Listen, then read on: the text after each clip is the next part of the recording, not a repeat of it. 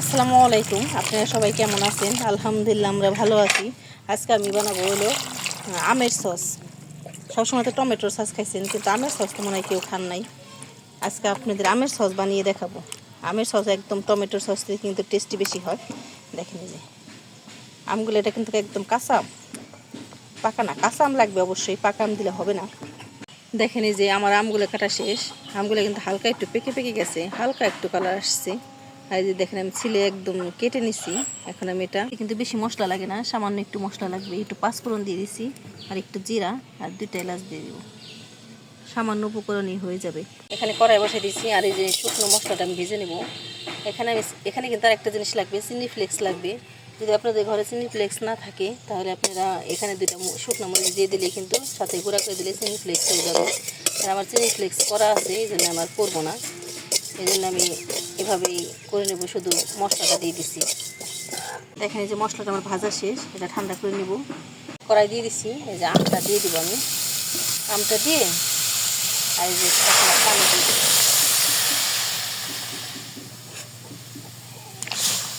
এক মগ পানি দিয়ে আমটা একটু একদম সিদ্ধ করে নেব। আপনারা চাইবেন একটু কাঁচা কাঁচা আম দিয়ে, একদম কাঁচা কাঁচা আম দিয়ে কিন্তু জিনিসটা ভালো হয়। দেখেন আমটা বলক চলে আসছে, আমি ভালো মতো একটু সিদ্ধ করে নেব একদম পারফেক্টভাবে। দেখেন এই যে আমটা প্রায় সিদ্ধ হয়ে আসছে। এখানে কিন্তু আমি কোনো কালার ব্যবহার করবো না। আপনারা চাইলে কাঁচা আমের কালার ব্যবহার করতে পারেন, কিন্তু আমি কোনো কালার ব্যবহার করবো না। যেহেতু ঘরে বানানো হচ্ছে, তো বাইরে কোনো কালার ব্যবহার করবো না।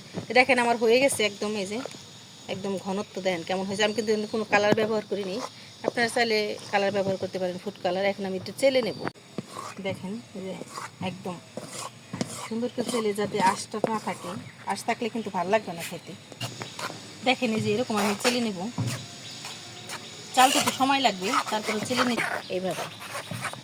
দেখেন এই যে আমার চেলে নেওয়া শেষ একদম। এই যে দেখেন সবগুলো একদম এই যে আঁশ থাকে না, সেটা এই যে রেখে দিলাম।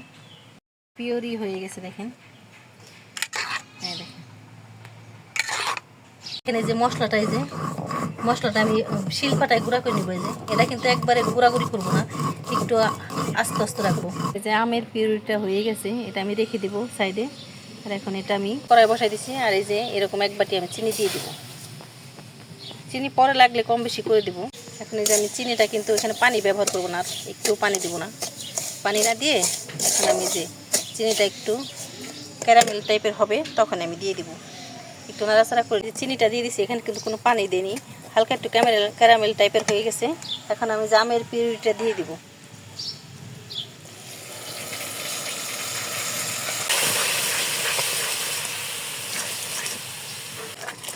দেখেন এই যে একদম ভালো মতো একটু জাল করে নেবো, চিনিটা যাতে গলে যায় একদম। আর এই যে ভাজা মশলাটা একটু দিয়ে দিব।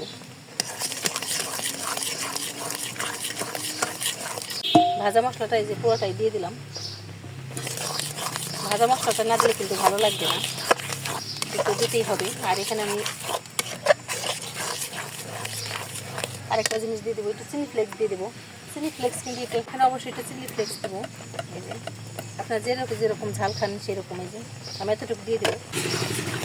দেখেন একদম একটু ভালো মতো জাল করে নেবো, যাতে একটু পানি পানি না থাকে। আর এটা খেতে কিন্তু অসাধারণ লাগবে।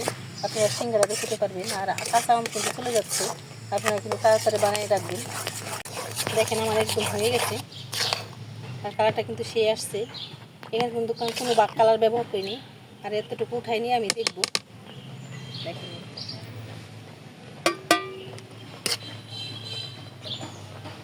একদম এই যে এরকম করে সরে যাবে না, এখন হয়ে গেছে।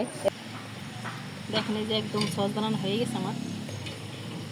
ঘনত্বটা এরকম হবে। দেখেন এই যে সসটা কিন্তু একদম হয়ে গেছে, আর ন্যাচারাল কালারটা এরকমই হবে। আর এটা খেতে কিন্তু সস দিয়ে সস, এটা কিন্তু আমের সস, আর অসাধারণ কিন্তু হবে খেতে। আপনার বাসায় তৈরি করে নিতে পারেন। সবসময় তো টমেটো সস খান, এই সসটা খেয়ে দেখবেন উপকারও আছে, আবার অনেকদিন ঘরে তৈরি বানিয়ে নেওয়া যায়। আর সস টমেটো সস কিন্তু টমেটো দেয় না, কি না কি দেয় সেটা বোঝা যায় না। এরকম দেখেন এই যে আমি বানিয়ে রাখবো এরকম একটা আপনার সসের। দেখেন এই যে সসটা আমি এরকম করে ভরে রাখলাম। দেখেন কত সুন্দর এরকম।